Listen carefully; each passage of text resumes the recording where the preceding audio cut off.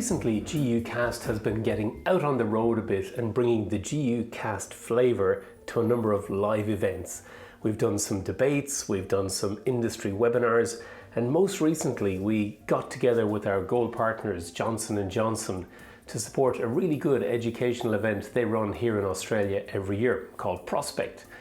This year at Prospect we had two excellent international guests, Kim Chi, medical oncologist from Vancouver, and Carmen Mir, urologist from Valencia. On the eve of the meeting, GUcast came into the dinner meeting where we brought a few highlights of the podcast over the past year to highlight some of the contentious areas in prostate cancer that we've been discussing.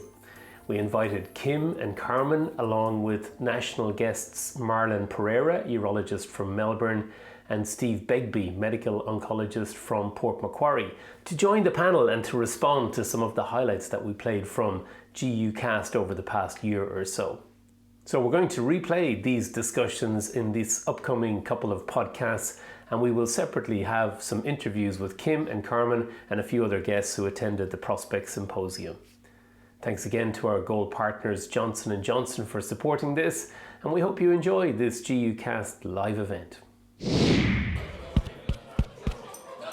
Good evening, ladies and gentlemen. Very sorry to disturb you on this nice Friday evening. My name is Declan Murphy, urologist at Peter Mac in Melbourne and co-host of the GUcast podcast. Where's the other one? Well, we'll get to that in a second, Carmen. So apart from shamelessly promoting GUcast tonight, our idea is that we want to set up our education for tomorrow, I suppose, by thinking and talking about some of the hot topics in prostate cancer. And on GUcast, we spend most of our time talking about the hot topics in prostate cancer. So what we'll be doing this evening is replaying some of the contentious topics we've discussed in the last few months, and we'll be inviting our panelists, our podcast guests for the evening to chat a little bit about it. They don't know anything about the topics, by the way, so it's all, surprise for them. And we want you very much involved because unlike when myself and Renew normally do a podcast where, we push it out, there's no interaction, it's one-way traffic. Well, tonight there were going to be microphones here in the room and we'd love to hear from you as well. And we're also going to record this session as a podcast, of course, and push it out as a GUcast. If there are profanities and libelous comments and et cetera, we welcome all of those, but we'll take them out of the podcast. So if you don't mind, we will record and push this out, but if any of you don't want to have your comments mentioned, please come up to me at the end of the podcast. So I'll tell you a little bit about GUcast. Theme music coming, for those of you who are familiar. This is what an episode of GUcast sounds like at the start. Hello, this is Declan. Welcome to this episode of GUcast. And here's my co-host, Renew. Hey, Renew. Oh, no Renew. And Renew, of course, Renew Epen, urologist at Peter Mac, is the star of GUcast, but she's not here tonight, unfortunately. Here she is in some stills from the podcast you can see here. It's a video podcast as well as an audio podcast. We've been running since 2020, almost 5 years actually. We've published about 160 episodes, so we go out every couple of weeks. And the theme is GU Oncology. Right, so we do all GU oncology. Obviously, prostate cancer is a big part of that. We're unavoidable. We're on every social media channel you can imagine. Just search GUcast and you'll find the podcast, or you'll find Instagram and TikTok where we post shorts as well. So before we kick off, I'm going to invite our podcast guests tonight to join me up here on the panel. Come on up here, folks, and I'll introduce them. We've got our two international celebrity KOLs, of course, Carmen Mir, Dr. Carmen Mir, urologist from Valencia. Welcome, Carmen. Thank you. Nice to see you. Kim Chi, GU medical oncologist extraordinaire from Vancouver. Welcome, Kim. And some celebrity national guests, Steve Begbie, GU medical oncologist from Port Macquarie. Steve, welcome. Thank you. And Marlon Pereira, urologist here from... Woohoo! Who's it? Fan? Oh gosh, your wife is here. Oh no, she wouldn't be. No, she wouldn't. Sorry. Marlon's a urologist at Peter Mac and the Alfred and the Austin. And yeah, great to join. So we've got two medical oncologists, three urologists. We don't have any radiation oncologists, but I don't think there are any in the room anyway. Any radiation oncologists? I knew that, yeah. Hello, Raj, yes. But we don't have any nuclear medicine physicians in the audience, or do we? Oh, no? David Chen, you're kind of a nuclear medicine physician. We've got nurses, trainees, urologists, medical oncologists, radiation oncologists. Not too many nuke meds, which is good because one of our topics will clearly be about PSMA imaging. I'll acknowledge our supporters. GUcast is very well supported by the GU oncology industry, and J&J, Michael and team have been gold partners of ours for a few years, so they support a lot of the work we do. We work with everybody, so we very much are independent, clinician-led podcasts. We don't do medical education type events. All our work is independent and so on. So this is Renu. This is us in our studio, which is in my house. And she can't be here because she's at the PCF retreat in California with many other people who are interested in prostate cancer. Michael Hoffman's over there as well, James Bouteau, lots of our team. But I did catch up with her. So let's cross over to California now and see, can I find my missing co-host. Renu Epen left here a couple of days ago, and there she is in sunny California. Hey Renu, how are you? Hey Declan, check it out. Here I am in Carlsbad in California, just outside of San Diego. And I'm at the most amazing resort. I mean, take a look at this place. This is the Omni Costa Resort and Spa. Not too shabby, right? It's this is winter in California. Can you believe it? But this is the location for the PCF retreat every year, and here I am, my third time here. And if I can't be there at the prospect meeting, there's no other place I'd rather be. So I'm pretty excited to be here. Well, I'm doing my best to run the show without you here. It's Friday evening. We have a fantastic group here for dinner, and we got all-day lectures here tomorrow, and lots of people asking for you. So, what's it like over there? Have you met any celebrity prostate cancer people? Yeah, this is a pretty star-studded event. Many in the audience will know the PCF Scientific Retreat. It's like the best science camp ever. I haven't even been here for 24 hours yet, so I'm a little bit jet-lagged, but the sunshine is definitely helping. But I'm disappointed not to be there, Declan. I hope you've got my cardboard cutout that I prepared earlier for you. But a big shout-out to Kimchi, Carmen. I'm so sorry I'm missing you guys. Really disappointed to miss the fantastic prospect meeting. And it was very quiet at Peter Mac today. I think there must be some Peter Mac people over there as well, so I hope they all behave themselves. Yeah, well, we're expecting a big influx tomorrow. The main meeting starts tomorrow. Today was the PCF Young Investigator Day. So the main meeting will start tomorrow, and Michael Hoffman, Shanine Sandhu, Luke Burek from the Translational Research Division at Peter Mac will all be here. We've also already got an excellent Australian representation for PCF Young Investigators from Peter Mac itself. Anna Trigos is one of them, and she gave a great talk today. It's, really, really quite impressive. Look, that's great. And what we're about to do here now on Friday evening in Melbourne is look at some prostate cancer highlights and controversies that we've featured on GUcast over the past year to sort of spark up the conversation. And we'll be challenging our panel here in a few minutes. So you'll be here in presence, at least, on highlights from GUcast Renew. So have a great time over there. Oh, thank you. I wish I could be there, but have a great meeting. And remember, I'm the cardboard cutout next to Declan. Thanks very much. There she goes. Welcome, Renu. So there is a cardboard cutout of Renu. They're taller than she is in real life, actually. And Peter Mac used it for promotional stuff. Literally, they've cut out her head so you can stand like this and, pretend you're Renu. So I saw you doing that one day. Anyway, they keep it under lock and key because we thought this would be a great thing to be carrying around and bringing to pubs and restaurants. And so I threatened. I said, I'm going to have it here, but they won't give it to us. They won't give us it. Yeah. Anyway, there's Renu.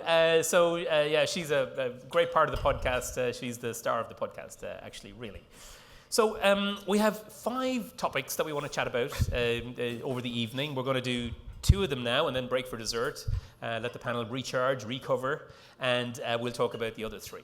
And the whole idea of this is, we didn't want to have slides and Kaplan-Meiers and stuff like that, but we want to provoke ourselves to think about the challenges we face in daily practice with prostate cancer, much of which will be addressed by absolutely fantastic state-of-the-art lectures from our international and national faculty tomorrow. And the first, of course, is PSMA. When the pandemic hit, I suppose it did shut down everything, and we all got very badly affected by that. And I think Kim and Carmen might agree with me when I'll say we had our own PSMA pandemic running for years and years and years before COVID happened. And we're always interested when international KOLs turn up here and come to MDTs or see case discussions and they see the 10-year infiltration of PSMA into our clinical practice. Unlike in the rest of the world where it's a rare thing to have a PET scan, well, increasingly less rare, but here it has been a proper pandemic ravaging Australia left, right and centre for years and years. And so we want to talk, when we talk about PSMA imaging and theranostics a lot on the podcast, and we had a few topics that we wanted to address, and one of which was the role of PSMA for staging. So I'm going to show a few short clips from this. One of our most popular podcasts in the last 6 months was our overview of the prostate cancer guidelines, the EAU guidelines, when they were updated in March, because there was a big change in the role of PSMA staging. And this is a plug for Carmen tomorrow, who's talking about changes in the EAU prostate cancer guidelines. So here's us in the studio. I remember this was 5 o'clock in the morning to deal with European time zones. Elio Mazzoni, who's one of our fellows at Peter Mac, who works at San Raffaele, he's done all the Briganti nomograms, was in the studio. And we had Daria Tilke, the vice chair of the prostate cancer guidelines, on the line. The main change is that now the guidelines really clearly state with a strength rating of strong to perform metastatic screening using PSMA PET-CT in high-risk localized prostate cancer and locally advanced disease. And they mention, of course, that this can be only done if it's available, and if it's not available, at least cross-sectional abdominopelvic imaging and bone scan. So the difference to the last years is that now it's clearly recommended, while the last years there was a summary of evidence which said that PSMA PET-CT is more accurate than CT and bone scan, but at the same sentence it said, but outcomes data are not available. So there was this recommendation is new now to really perform PSMA PET-CT for high-risk prostate cancer. Okay, good. And it is great to see that handbrake released, because it was one of the most annoying things in the last 2 years, Daria, is, having to stand up and show the guidelines saying, yes, there's superior accuracy with PSMA PET-CT, but make sure you don't act on it. Make sure you don't, if you see those retroperitoneal lymph nodes on that PET-CT, make sure you don't act, don't take it into account. And it always just, I know it was just trying to more accurately reflect data, but it's welcome to see that. Definitely. So it was ridiculous, Carmen, wasn't it? For 2 or 3 years, the EAU guidelines have said, yes, clearly PSMA PET-CT is more accurate, largely based on pro-PSMA that many of you are involved with here in Australia. But this year, with the change in leadership, I think, in the guideline committee, they finally said, yeah, so you should actually take it into account in advising a patient about options. Do you want to tell us what your take on this change in the guidelines is? I think it's a good thing that it changed. It seems like pro-PSMA, it showed the difference. And you have to take into consideration that EAU is worldwide, so it's across Europe, but that does not mean that it applies to each country. Like, for example, in my country, I cannot order PSMA for staging. This would not be provided by the government. Even if the patient wants to pay for it, it would not be allowed to do it. It would have to go to Germany or to Italy, probably, where it can be done. I can only order PSMA for biochemical recurrence, okay? And it needs to be at least above 0.3 of PSA. So the perspective is very different. So the recommendation is all over, but the application of the recommendation in real life is totally different, I have to say. I mean, for me, honestly, I don't have experience ordering the PSMA for staging, but from what I see from my colleagues is that in terms of the notes, it's sometimes challenging to actually figure out what to do. It doesn't really change practice in those terms. It changes more practice in terms of the metastatic assessment, right? I would say. You have more experience than me. Look, that's why as a global guideline body, it's very important to still talk about the value of conventional imaging. It's great if you can get a PET scan, but at least what they did acknowledge was, well, if you can get a PET scan, it's okay to change management based on the PET scan. I don't know, Kim, have you any thoughts on that? Because we'll roll on into this stuff that you only see on a PET scan that you don't see in conventional imaging. So we never had randomized trials of looking at the benefits of CT scans. We didn't have randomized trials of MRIs. We didn't have randomized trials of bone scans. we did it. They're better, right? What are we supposed to do? Just use ultrasounds? So I find it interesting that we have to torture ourselves to understand PSMA PET scans. Now, granted, it's a resource-intensive activity to have. However, I think there's no doubt that it's more sensitive. And it provides, I think of it as another biomarker test, right? So before, we're going to take our patients and we call them clinical high risk, but we actually don't really know. We're actually, that's a surrogate that now the PSMA PET scan is helping us to understand better. So I find it interesting that we've tortured ourselves as a community to understand PSMA PET scan, but really we should be understanding how to use it and what the next steps are. That's the most important piece. And if any of you want to make a comment on this, just put your hand up. We have microphones rolling around if you think, right, since this came into practice here in Australia, Siobhan, microphone, thanks.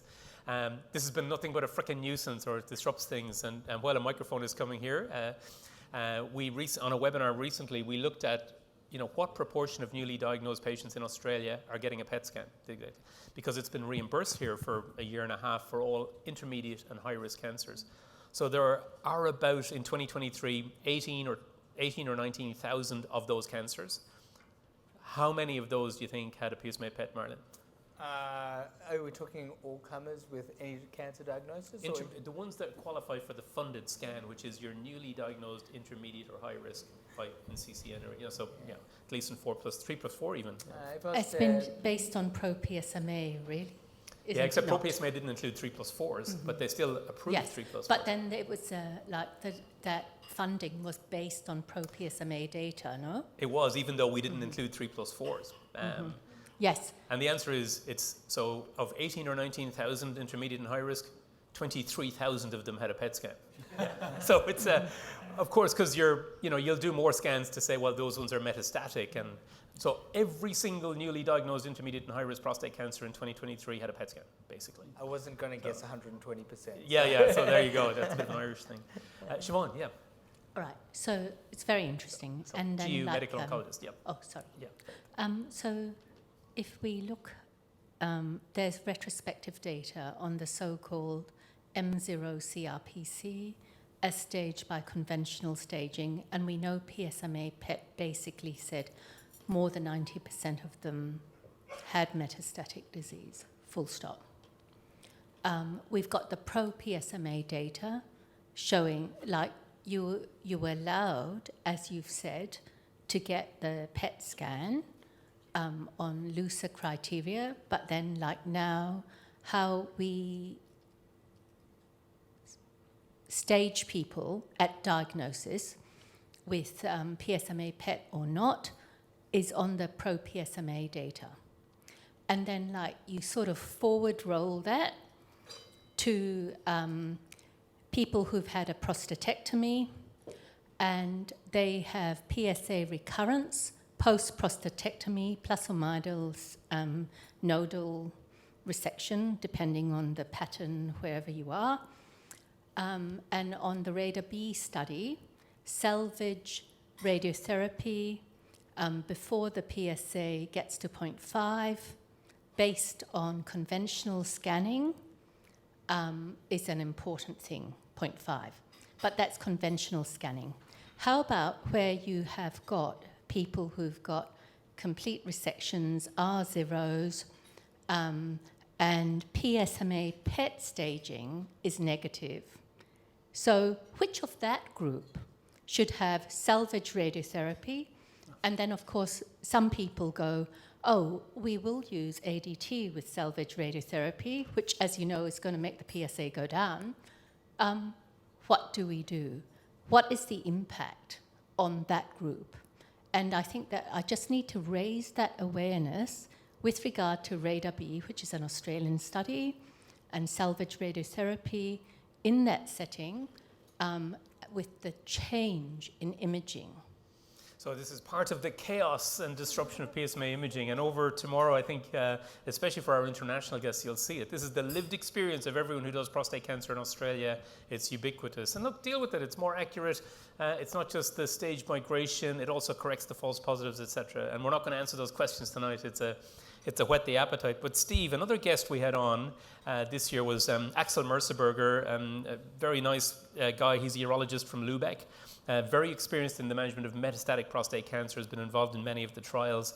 And he was here in Australia. We had him in the studio. We were talking about a few different topics. We were asking about the utility in this early staging. But absolutely, you know, there's always this sort of confusion, because if you are looking to see whether the patient has got metastatic disease, absolutely, we know that PSMA PET has better accuracy than conventional imaging at staging these patients. But what about someone who comes in and you know they've got metastatic disease? It's clear. Mm-hmm. What kind of staging imaging do you use? Do you still rely on a PSMA PET, or do you say, well, we just want to know if they've got bone mets and their PSA is 700? Do you go back to conventional imaging at that time? I think in the setting and keeping like the European and German reimbursement situation, I think conventional imaging would still work. Mm-hmm. But you have published and shown us that also like the radiation dose is less, and it's a one-stop shop with a PSMA PET. And you don't have to schedule 2 days of imaging with a bone scan and the CT. Absolutely. So we try to do it, but on the other hand, for guiding the therapy, for doing the follow-up, I think it would be reliable. What you said, a PSA of 700, you don't need to see every bone metastasis. The other thing is when it comes to, we have the low volume, high volume, we have the high risk, low risk, and I think this needs an update. This needs a major update, maybe like in kidney cancer where you have good prognosis, intermediate and poor according to 5 factors or even more in the IDMC classification. I think something like this, including Gleason, including maybe PAM50 or some other molecular markers, including more. And I know like a lot of people are working on that. So maybe in the future we have more accurate groups, but until then we have to rely on what we have. And I think here in the metastatic setting, a conventional imaging is not a mistake. Also for follow-up, for staging. So he makes an interesting point, Steve, and you know, when we used to think a bit more about high volume, low volume metastatic disease and making recommendations about treatment, maybe adding in chemotherapy, this is all based on conventional imaging, but in Australia it's all PET imaging. So how do you find this in clinical practice? If you do get referred a patient, and they're relatively rare in Australia, de novo, coming in with a PSA of 500, ALK-Phos 1000, hasn't had any imaging. So tell us your thoughts. I live in a town of 50,000, so a regional centre, and I can't remember the last time I ordered a bone scan. I personally think they're a waste of time in prostate cancer and just about everything. I may be unusual there, but the PET PSMA provides a low-dose CT scan that is incredibly useful, and in patients of this nature, I think it's a great staging investigation. The challenge is fitting us into those low and high grade criteria. I think it's a great disappointment if we have to do all 3 procedures to define high and low. And I think we just need to judge based on the low dose CT scan and the PET PSMA whether we consider the patient requires triple therapy, although I'm told tomorrow triple therapy is going to get a doing over. So look forward to that. But PET PSMA all the way. And triple therapy is our next topic as well. Sorry, Carmen. Follow-ups as well? Yeah. Yeah, for follow-up is interesting. So you don't, like patients on metastatic disease a year later, they're doing well. You don't, come on, you do the odd bone scan. No, I mean, I'm quite comfortable with using PSA and symptoms to with judge. With chemotherapy, no need. Triple therapy, you don't need it. We're going to come to triple therapy. David Pook, and then I want to ask Raj, because we're going to ask a question about how do you choose radiotherapy, high volume, low volume, but... So I suppose as a medical oncologist, I now want to know what's metastatic disease. Oh yeah, how do you define it? Yeah, and which ones can I give the ARCIs to? Yeah, exactly. And I think the whole question of high volume, low volume, high risk, low risk has diminished quite a bit in recent years, when the clear answer to anyone you're starting on ADT for metastatic prostate cancer is, well, you're going to add an RP unless there's a really good reason not to. So the decision about intensification is already taken out, really. You're not really thinking low and high volume. The question might come into the next topic of what about intensifying even more, I suppose, when maybe these volume arguments, but because there's no data that adding chemo helps, we'll come to it. I think the question about volume is less. It's a question of if I'm starting a patient on ADT for metastatic prostate cancer, I'm at least going to add an ARPI. And, Well, we can see metastatic disease on the PET scan, but we know full well that's not what the trial assessed. Yeah. So half the time you're saying metastatic disease, but it's an M0 conventional, so you're really using the MBARC study, not Enzamet or a metastatic. Super early mHSPC. Yeah, and there's not all of the agents have been tested in M0 hormone sensitive. And while that's going to be fun, can we bring a mic over to this table over here? Where's Sorry, Raj? Declan, but precisely to the radar B question. Yeah. So it's like, when do you start it? So obviously, to us, it's obvious. Yeah. When you start it, you do it properly, and you add another agent. You add a, you add a new generation agent. Yeah. But when do you start it? So we have lots of people being told about radar B results and starting before the PSA gets to 0.5, doing salvage, doing all sorts of things, and then extrapolating beyond even salvage. So I think it's a very important question. And the thing about choosing a patient for the triplet of ADT, ARPI, and radiotherapy, a la Stampede, was pretty much based on low volume by conventional imaging in Stampede, wasn't it? But in a country where we don't use conventional imaging for staging, how do we select patients for radiotherapy? It's based on PSA and 0.2 per se, and then in the PSMA itself. So, but as what Stephen was talking about before, though, as well, the issue of high volume disease or high PSA levels at the time of recurrence, I think the bone scan is still relevant in terms of high volume, obvious metastatic situations, rather than putting patients through a repeat PSMA process. The bone scan is still a valuable tool in that process. So, yeah. Hands up who uses a... Sorry. So we're caught up in this high volume, low volume of this arbitrary 4 lesions, right? So what we're trying to do is just prognosticate. So if somebody's going to live for 10 years, and low volume patients can live for 10 years, well, it probably makes sense to radiate their prostate, which is a source of further seeding and local control problems. But if somebody has multiple mets all over the place, and I'd say we need to bring in different markers to understand prognosis. If they have T53, RB1, BRCA, then it's probably, they're going to die in a few years, and radiating their local prostate is not going to do anything. So I think let's get away from this arbitrary definition.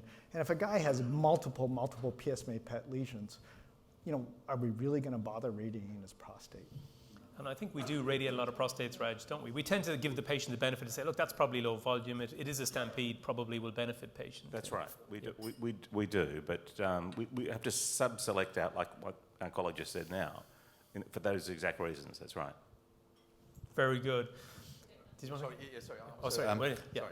Andrew Nebon, radiation oncologist. I totally agree that this low volume gets prostate radiation and high volume you get systemic therapy. I think the change is going to be, and we've been doing it a lot now, a 6-monthly PSMA after you've started for metastatic disease, and then you look at the response. And if the Mets have responded and you've still got local disease, you radiate the primary.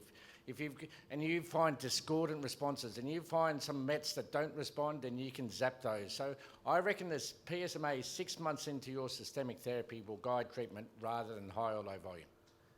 Very good. Friend of the podcast, when he published the RAVES trial during lockdown. Remember that week when RAVES and thing? Oh, you haven't spoken yet. Oh no, you've been on loads. You can speak now, and that's it for the night then. All right, I will shut up. But Andrew's right. And so like Micala Dioro, so they're looking at different ways of exactly doing what you're doing, what you've said, and using AI to help identify lesions which don't respond, and then maybe targeting them early. But the problem with this is there's no funding. That's like our major problem. And then like the government have just approved funding for PET scanning for a whole lot of other tumours, but for prostate cancer, no, we're still down to staging and 1 scan on biochemical recurrence. Two. Oh, 2. Oh, that's a big plus. Now, we were going to do one more PSMA thing, but there's more to life than PSMA, apparently. I'm going to skip it, though. It was a very good episode we did with showing some cancer. Alicia Morgans, but I'm going to skip by and just say she did a really good podcast in the studio a few months ago talking about 3 hot topics in high-risk metastatic prostate cancer, and it was about FDG and PSMA. So it's a whole other topic. How do we select patients for radioligand therapy? I'm sure we'll touch on it tomorrow, but I want to move on to our second topic. Triplet or not? Freaking love it. I love this. One of my favorite topics because I think the answer is so easy, but it still stuns me that people want to give docetaxel to patients with metastatic hormone-sensitive prostate cancer. I have a bit of a bias. So who's this? Elena Castro in the studio with Arun Azad. Arun, who is not here tonight, but I'm sure he'll be around tomorrow. This was our Olympics. We did it during Paris. Yeah, the Prostate Cancer Olympics 2024. We had a few events. We had metastatic prostate cancer, we had recurrence, and we wanted to give out gold medals for the best thing. But the first thing was metastatic hormone-sensitive prostate cancer. Doublet versus triplet. I think that's the big question in the mHSPC space. The data we have suggests that patients with low volume metachronous disease, we can spare the triplet. For low volume synchronous disease, the data we have still suggests a benefit, but we also have good benefit from doublets with RP. Yeah. And sometimes I think the discussion, these are the patients that we need to discuss, and where sometimes the discussions are more difficult, because for high volume synchronous disease, there's no question, the triplet benefit those patients. So I still think docetaxel's role is mainly in the mHSPC space in 2024, but not to say this has no role in mHSPC, but I agree with Elena that I think it's really those synchronous high volume is where you think about it. Outside of that, I'm not sure. I think it has no role. I think, and I like your summary, I agree with you both, but I think faced with doublets, there's no evidence that adding in docetaxel will improve survival to that patient, and it will contribute toxicity. Yeah. But for the vast majority of men, we're starting on a doublet, there is no evidence that adding in docetaxel will improve survival, and it does increase toxicity. And guess what? Patients don't want it either. And I think the urologists who are starting all the patients on RPs don't want it either. When you do those nice maps, when people stand up at a plenary and say, well, this is the history of advanced prostate cancer treatment, and back there in the 50s was Huggins, and there was a Nobel Prize, and there was ADT, and I think then there'll be a little window between 2015 and 2022, and then there was chemotherapy up front for a very brief period after Charted, and then it disappeared again after MCRPC. I'm a bit okay, I have a strong opinion on it, but Marlon, come on. Before we hand to our esteemed GU medical oncologists, who actually I know have very good balanced views on it. Metastatic prostate cancer, how do you try and sell chemotherapy to a patient you're starting on an RP? Well, I refer to my friendly medical oncologist. Don't do that, because they might get chemo. I've learned that lesson. But as it's sort of been alluded to, there's no sort of contemporary evidence to suggest that triplet therapy, correct me if I'm wrong, triplet therapy with addition of docetaxel has a substantial oncologic benefit, right? I mean, the 2 trials that we have were ADT plus RP ADT plus docetaxel plus or minus RP. I just don't think the toxicity profile at the moment can be supported by the lack of evidence, but I don't know if that's a controversial statement, but I think that maybe perhaps in select patients there may be a role, but at the moment I just refer to my medical oncology colleagues and defer to their expertise, but I'm not sold yet with the current level of evidence. Also, a lot of items to take into consideration. They're generally young guys, and they want to keep their work, they want to keep doing their life, and chemo doesn't help with that. Well, I think that's the end of that topic. I don't think we need to speak to any GU medical oncologists. Yeah, we're all agreed. No. Medical oncologists want to speak. Well, we'll come to the mob in a minute. 3 urologists versus 2 oncologists. That's right. But okay, we'll give them a tweet-sized comment each to try and argue. But Steve, come on. Role of chemotherapy up front. And okay, the 40-year-old with liver mets, etc. But how do you... No, I've increasingly felt uncomfortable with giving docetaxel in the context of the amazing outcomes of doublet therapy. And that's the difficulty. Yes, there may be an improvement of survival, but in the context of toxicity, trying to balance that up is difficult. I think there are patients, younger patients with synchronous high volume disease, where I think it's still worth considering. But I think in the vast majority of our older patients with comorbidities, a doublet is my preference. But I do think the complexity, and we were discussing this at the advisory meeting today, just the complexity of those choices at the beginning needs a high quality MDT context. So the three main groups can sit around and discuss, all of the toxicities of all of the options for patients at the outset of their treatment. Kim, what's happening in Canada? It's controversial, but I actually don't think there's controversy. I agree perfectly with you, Declan, that there's absolutely zero evidence. Are you recording all that, this? Push it out. that docetaxel adds. On TikTok in 1 hour. No reputable geomedical oncologist ever agreed with anything. Now we have 2 talks tomorrow on this, so I don't really want to take away from it. But in fact, there's evidence that it has no benefit. So it's actually the opposite. There's no benefit that docetaxel adds to an ADT ARPI. In fact, there's evidence that shows that there is no benefit of adding docetaxel to ADT ARPI. So I really don't think we should be doing it. Before we'd love to welcome contrary opinions, we have roving mics. I think we've 4, but 1 is permanently on this table. There should be 3. So put your hand up, especially the other 3 microphones. But before we go to this table, this is what Ian Davis, we had Ian in the studio a couple of weeks ago and Chris Sweeney online. We were celebrating 10 years of Enzamet. So of course, this was an interesting experience, Enzamet, ADT plus enzalutamide, but lots of patients got docetaxel. So we had these 2 doyens in the studio. It was very interesting listening to the story of Enzamet and ANZUP, actually. This was a useful treatment. There was a lot of interest in triplet therapies at that point, and obviously Arasense came out, and subsequently PEACE-1 came out with data in a similar sort of setting. And the field seemed to move towards this idea that triplet therapy should really be the default. ADT plus an AR pathway inhibitor plus docetaxel. And I think what we're shown in Enzamet is that is not necessarily the case. In fact, I would say it might be the exception. We've shown that we don't do any disservice to our patients by giving them doublet ADT and enzalutamide with or without docetaxel. And that means that we give them less toxicity than they would get with triplet therapy. We reserve docetaxel for later treatment. There you go.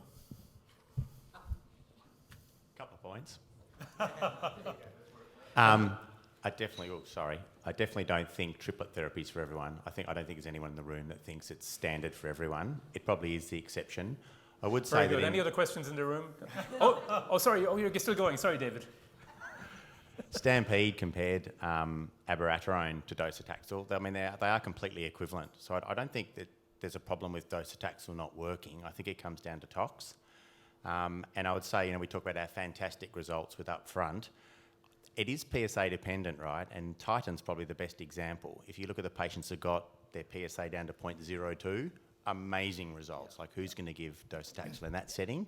But if they were over 4, they did pretty terribly. So I don't think it's for everyone, but I would argue for some patients, maybe we'd consider it. Yeah, look, it's a really good question to talk about assessing response to therapy, including, we know how this is very important, depth of suppression, etc. And Siobhan, and just by the way, folks, we've got another couple of minutes, so we'll finish on the triplet, and we're going to take a break. Dessert will come out, and we'll come back and quickly talk about 3 other topics. But yeah, Siobhan, did you want to? I was joking.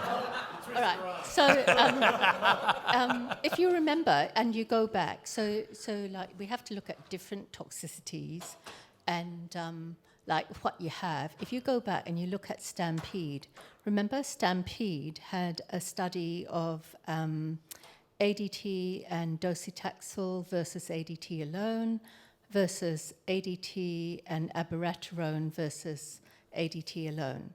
And there was a subgroup, I think it was about 800 patients, where chronologically they were accrued at the same time, and they were set to analyze them so that they could compare both studies. And what they showed was ADT plus docetaxel was 5 months of therapy, ADT plus abiraterone, one of the very, very few studies that had a defined period for the novel anti-androgen of 2 years. Everything else, you just keep going. And what it showed was, if you look at PSA progression, metastases-free progression even, but then you looked at overall survival. You looked at overall survival, it was the same. And yet, all you spent was 5 months of chemo versus 2 years of being on the abiraterone and prednisolone. And then you have to go economically, depending on how much you have to spend, what do you do to get the same result? And the thing is, you go 6 cycles of docetaxel. Where the hell did we do that? Is it 6 that we need? Or do we just need 4? Is it a question of you get that additional treatment in, the novel hormonal treatment or chemotherapy, early on within starting ADT? So what is the best strategy? And, you know, economically, for the whole world, because we can't all afford all of these new hormonal therapies. No, I'd just like to counter some of that. Thanks, Kim. So the patients that got ADT docetaxel ended up getting abiraterone afterwards. Right? There's a high rate of use of ARPIs afterwards. So you're not comparing one treatment versus one treatment. You're actually comparing the sequence of treatments. So, but we know that most patients don't get chemo, right? And in Canada, 40% of patients get chemo. In the US, 50% of patients get chemo in their lifetime. Most patients do not get chemo. So I would counter that giving abiraterone upfront, they're getting 1 line of therapy. Very few end up on subsequent lines, we know that, versus multiple lines of therapy on that ADT docetaxel followed by ARPI therapy. So economically, it's actually disadvantaged to give docetaxel first because you still get ARPI afterwards. And you've disadvantaged the patients because of toxicity. That's why the short-term benefits are in favor of ARPI. It's just those longer-term benefits, they catch up by getting that ARPI afterwards. Kim, I remember nodding along a few years ago when people used to argue, yeah, but if you get the docetaxel up front, you just have a few months of a bit of a hard time because you've had chemo, but then it's out of the way, like as Siobhan was saying. Steroids and AbbVie years, you're putting on weight, etc. And you just get the docetaxel out of the way. But then, of course, what Stampede showed is that's not what happens. They don't all bounce back. There is some long-term toxicity, peripheral neuropathies for life, you know, etc. So that argument definitely turned around, and absolutely Nick James turned that around and said, actually, you know what, we weren't right about that, because Stampede clearly showed that there's a significant long-term burden for the toxicity, which I think is probably what you're regardless, even though they were randomized at the same time, it was a different randomization. The patients you pick to get docetaxel or potentially randomized to docetaxel are different from the patients that you're picking to go on a trial that's selecting for an ARPI. So inherently, they are different populations, and there's a bias trying to compare them. And so, I mean, like most cancers, probably what we need to be doing is assessing people more carefully at the beginning and potentially getting early genomic testing, because, you know, we might be able to pick the losers who actually do benefit from chemotherapy. And if we can find that there's only 10 to 20% of patients that benefit, then that's a great way of using chemotherapy that doesn't then need to be given to the other 80%. And just as Axel was saying, you know, assessing those patients, we're all saying this at the start, is very important. It's not just high volume, low volume by number of bone mets. It is building in more sophistication to identify the patients who will benefit, if not immediately, but early on from some intensification. So Lawrence Krieger from our steering committee. A rhetorical question, probably. Agreed. Triplet therapy is not for the majority, but we need better biomarkers to determine, as Stephen's just rightly said. I suppose controversially say, well, if you've got a young guy where you're throwing the kitchen sink at, I feel that from a urology point of view, there's some appropriate fear of chemotherapy, but I do think there's a lot of patients who actually tolerate chemotherapy pretty well. So perhaps we shouldn't be quite so scared of it. But I suppose the question we don't know the answer to is, if we're looking at de-escalation as a question now, in minimizing drug burden, toxicity of RPs long term, etc.? Is the depth of response, not just overall survival, in that first 6 to 9 months going to be important for those bad players? And in which case, throwing the kitchen sink at someone who's young with de novo high volume disease, justifiable in an era where we're actually looking at de-escalation of therapy at 9 months, 12 months? And is that going to reinvigorate the role of triplet therapy in the niche group? We're going to have a show of hands before we rest the panel for a few minutes. So we've got 68 is the average age we diagnose men with prostate cancer in Australia. We've got a 68-year-old guy. He's in okay nick, because this is, like, they're not all 50. 68, his PSA is 80. He's got metastatic disease on his PSMA PET CT. He's had no conventional imaging, of course, but like it's quite high volume. There are bone mets, quite a lot of bone mets, and he's in good nick. I'm going to give you two choices. He's either going to have ADT and an RP, because everyone will, or ADT, RP, and chemotherapy. We're not going to talk about radiotherapy. It's just a systemic option. Which RP? Any RP, whatever. You know. Oh, doesn't matter. You know, an RP. That's the beauty of it. Doesn't matter. That's not the choice. So hands up who's going to offer him ADT and an RP on its own. Hands up who's a GU medical oncologist who makes money out of docetaxel. Still. Hands up for triplet. Oh, not many. Yeah, it's interesting. Yeah, okay. Very good. Look, it's a discussion, isn't it? So this is going to be on tomorrow. We're going to have more of this sort of stuff. Coming up in part 2, as Renu would say in the podcast, we got 3 more quick topics. Pelvic lymph node dissection, one of our favorite topics in urology. EAU guidelines changed on this again this year. Who needs a pelvic lymph? Does anyone benefit from a pelvic lymph node dissection?